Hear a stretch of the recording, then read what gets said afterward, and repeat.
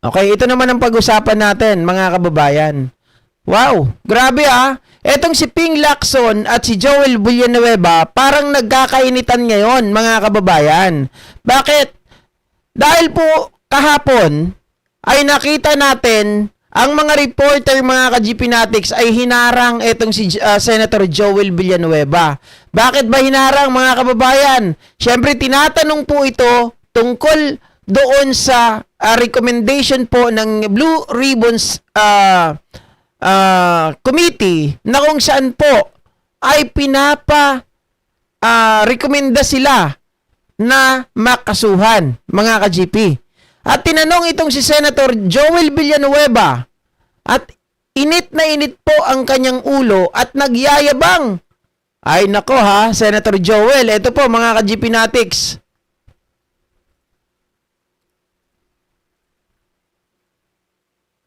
Tingnan nyo yung asal ni Senator Joel.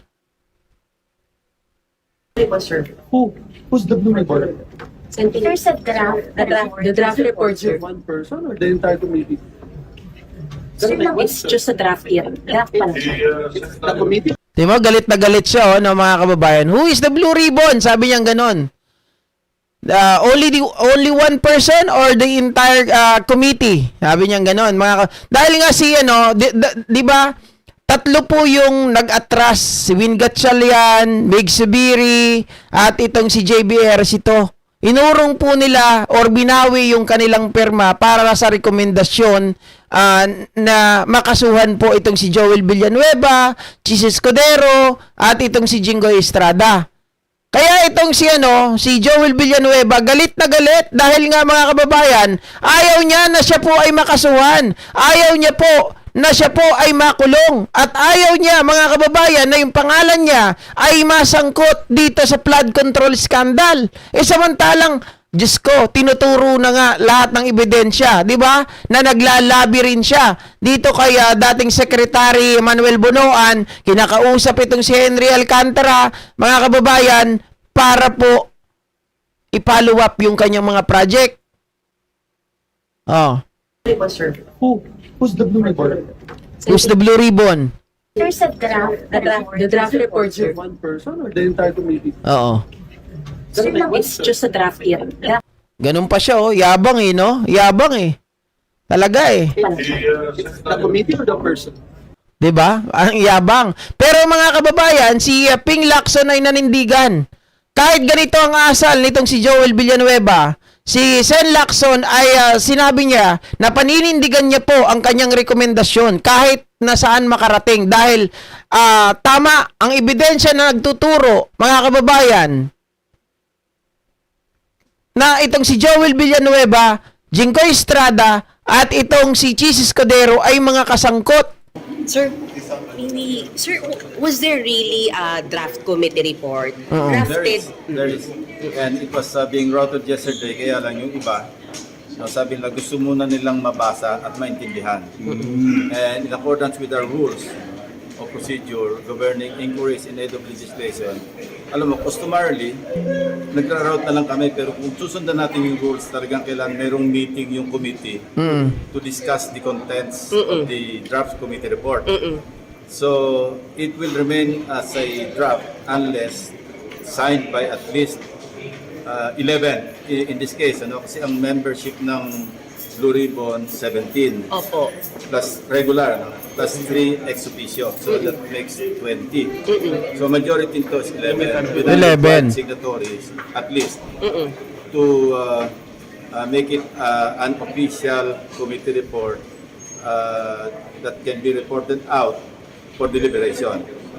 So yesterday, I was able to gather 6 signatures. Opo. Kulang. And 3 eventually withdrew kasi na-realize nila, I cannot blame them because of the complexity, and the sensitivity of issues involved.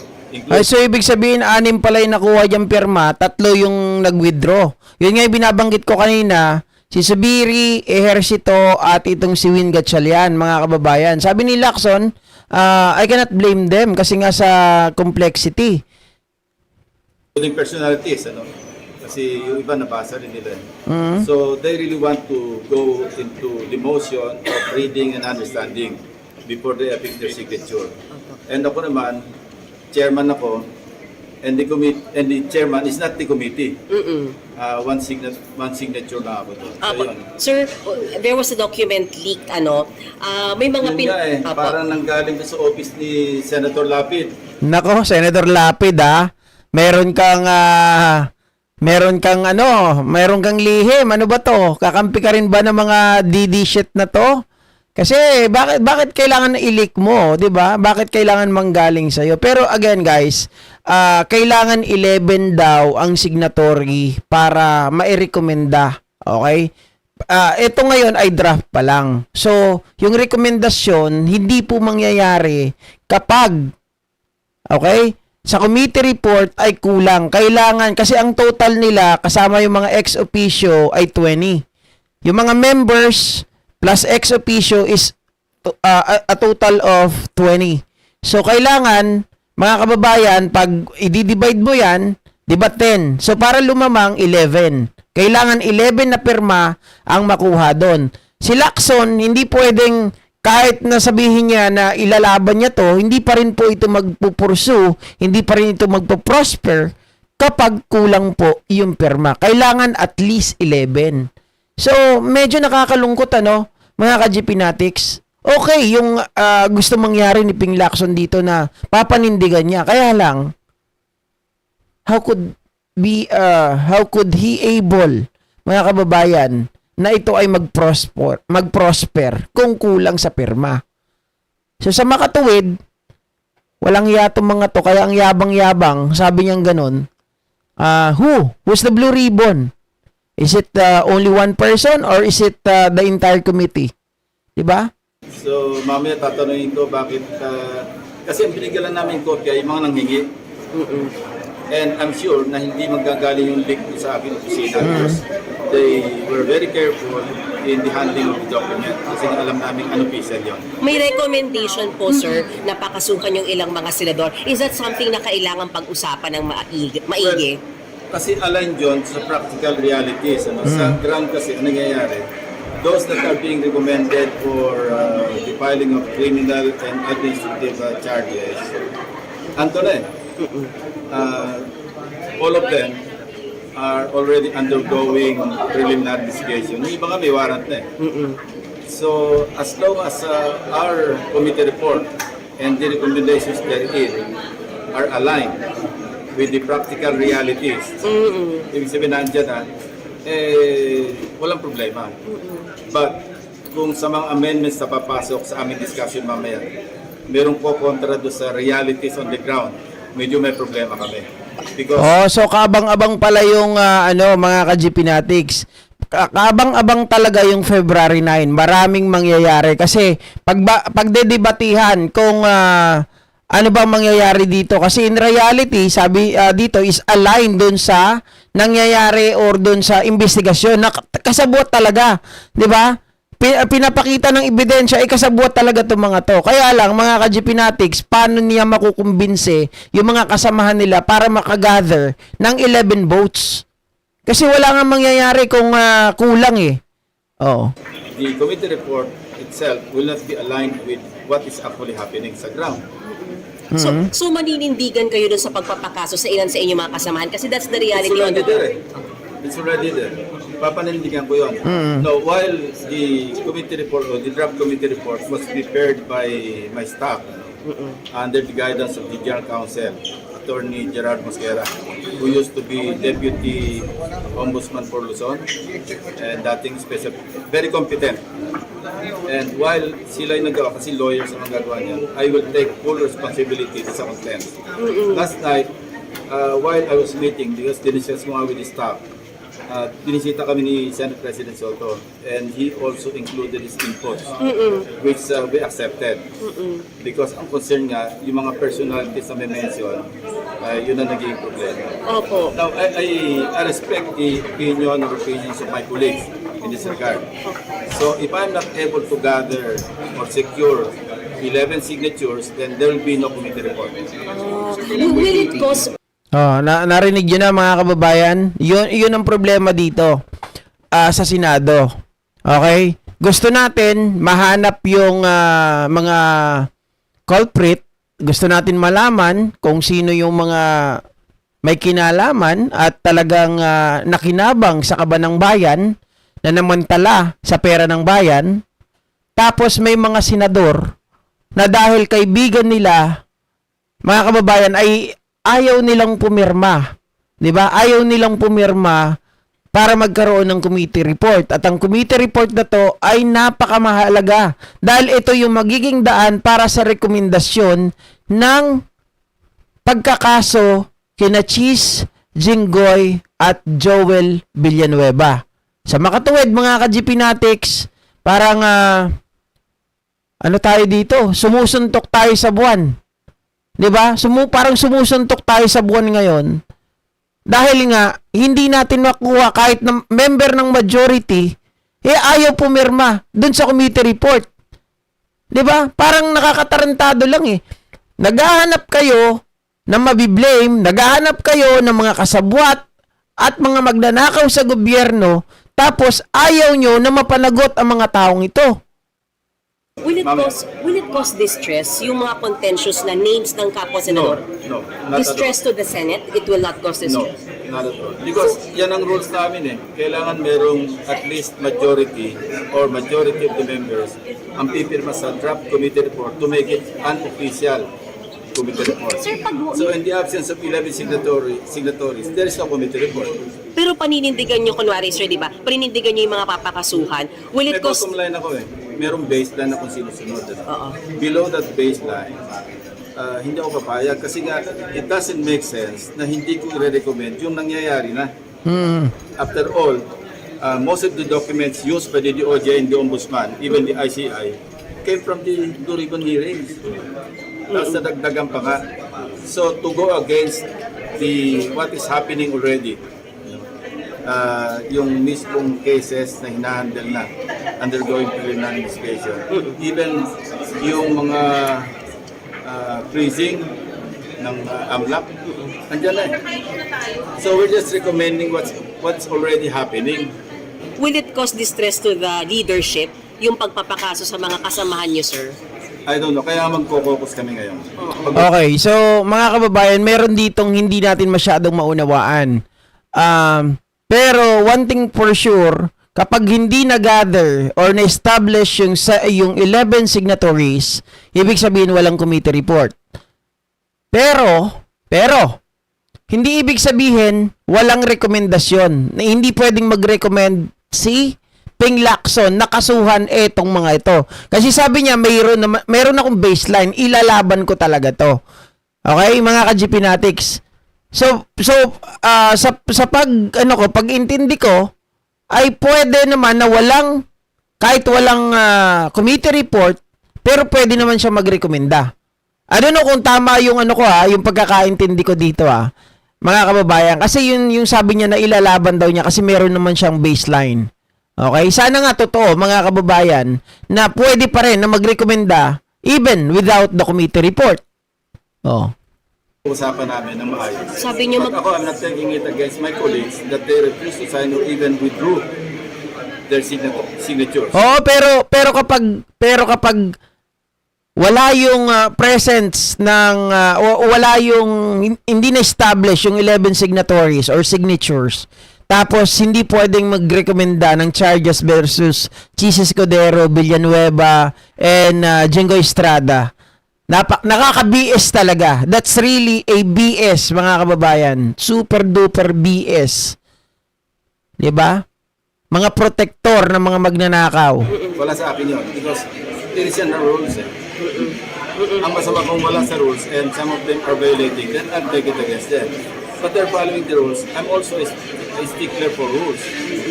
Kaya I go along with them na sinusunod namin yung rules. Sabi niyo magkakaproblema pag medyo may ibang hindi sumang-ayon mamaya. What do you mean by that? Hindi ko Ano yung problema? sponsor. I'm not willing to sponsor something na hindi ako naniniwala at saka yung hindi aligned sa realities. If you sponsor later, partial report pa rin po yun. Hindi sponsor later. Kailangan makakuha ng 11 signatures. So that's still partial, pero very substantive. Para bang ito na yung mismong committee report. Partial because hindi pa nagsasara yung hearings ng or yung inquiry ng jury. Sir, ano kaya ang goal? Bakit parang nangyari nilik yung... I don't know, tanungin si Florante. Sir, but we can say, sir, that the route, yung kahapong nilik, sir, was really the draft report that came from you. Yeah, That is correct. Kabsat, Plabilin Sabiano. Ibig sabihin, they protect each other. Totoo yan. Or mga kababayan, etong mga to, ayaw nila na sila mismo ang mag-prosecute dun sa mga kasamahan nila.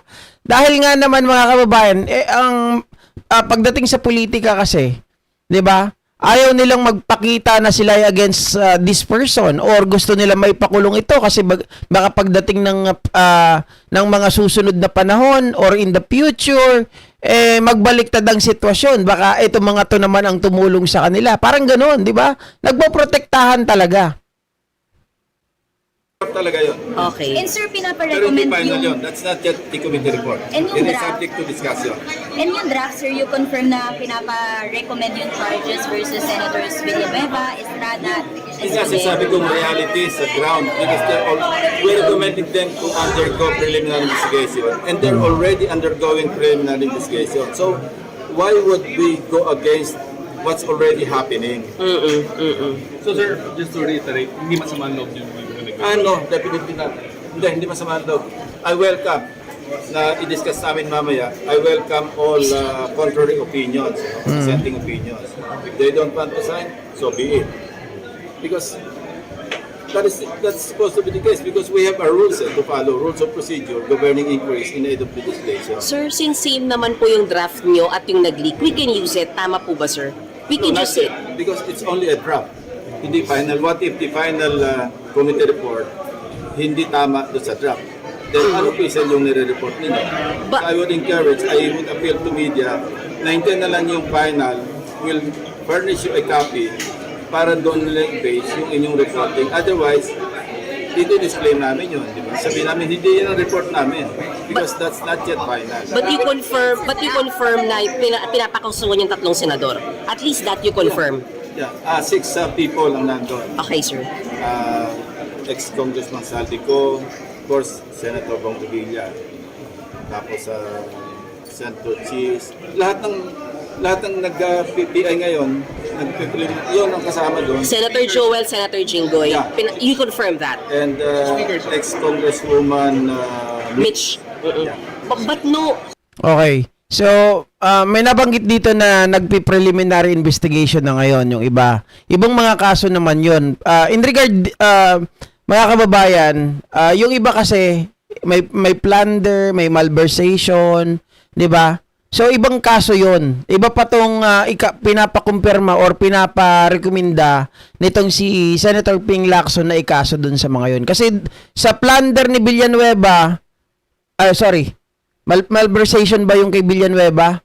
3 counts, 'di ba? So wala pa siyang plunder. Ito ngayon yung pinakakaso sa kanya, yung pinaparekomenda ni Lacson ay may kasamang plunder, mga ka-GPnatics.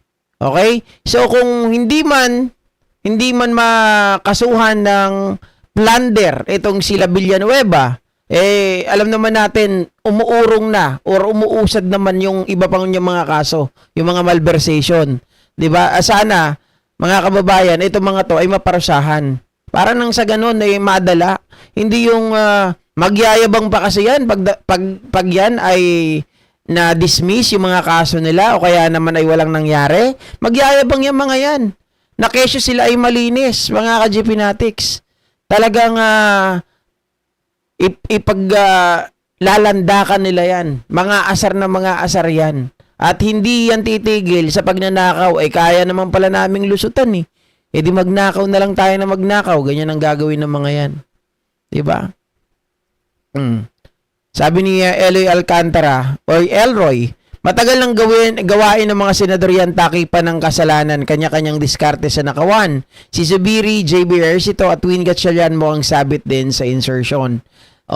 Well, mga ka-GP Natics, mahirap tayong mag-akusa. Pero sa nakikita natin, tama kayo na merong talagang mga takipan. Kasi kita nyo naman nung 2016 na dapat si Villanueva ay inalis na sa kanyang pwesto.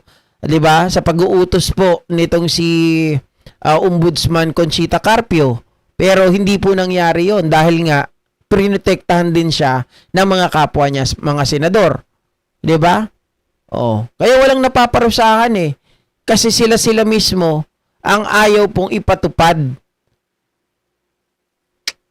Okay? So ayan mga ka-GP Natics, hanggang dito na lamang po ang ating live streaming ngayon. Magkita-kita po tayo muli bukas mga ka-GP. Alright? So isang magandang gabi po muli sa inyong lahat at thank you.